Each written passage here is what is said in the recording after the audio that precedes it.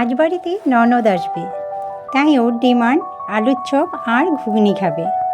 তাই সময় নষ্ট না করে লেগে পড়লাম চপ আর ঘুগনি বানাতে। আমি রান্নাবান্না করতে খুবই ভালোবাসি, তাই বাড়িতে কেউ আসলে আগেই আমাকে বলে দেবে ওরা কি খাবে। সবার পছন্দ মতো খাবার বানাতে আমার খুবই ভালো লাগে। প্রথমে আলুগুলোকে কেটে ধুয়ে আমি প্রেসারে সেদ্ধ করে নিচ্ছি। জলের মধ্যে একটু নুন দিয়ে সেদ্ধ করলে আলুগুলো খুব তাড়াতাড়ি সেদ্ধ হয়ে যায়। দেখতেই পাচ্ছ প্রেসারে 3টা সিটি মেরে আমি আলুগুলোকে ভালো করে মেখে নিচ্ছি। এবারে কড়াইতে গরম তেলে একটা টমেটো কুচি করে কেটে আমি ছেড়ে দিচ্ছি।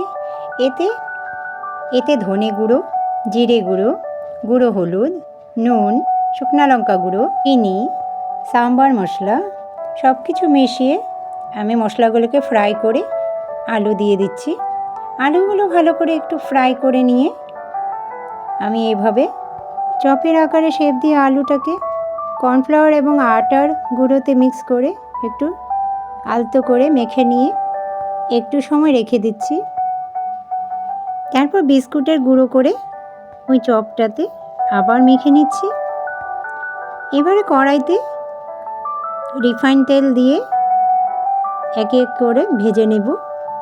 কে কে চপ খেতে ভালোবাসো আমাকে কমেন্টে অবশ্যই জানাবে। এভাবে লাল লাল করে চপগুলো এক এক করে ভেজে নিচ্ছি। এই যে দেখো সুন্দর করে ভাজা হয়ে গেল। এবারে ঘুগনিটা বানিয়ে নিচ্ছি। গরম তেলে পাঁচফোড়ন, শুকনো লঙ্কা দিয়ে ফ্রাই করে আলুগুলোকে ছেড়ে দিচ্ছি। আলুগুলো ফ্রাই হয়ে গেলে এতে টমেটো কুচি দিয়ে আবার একটু করে ফ্রাই করে নেব।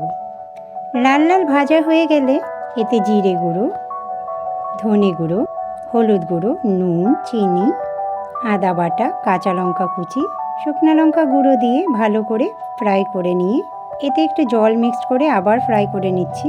এবারে সিদ্ধ করে নেওয়া মটরগুলো ছেড়ে দিচ্ছি।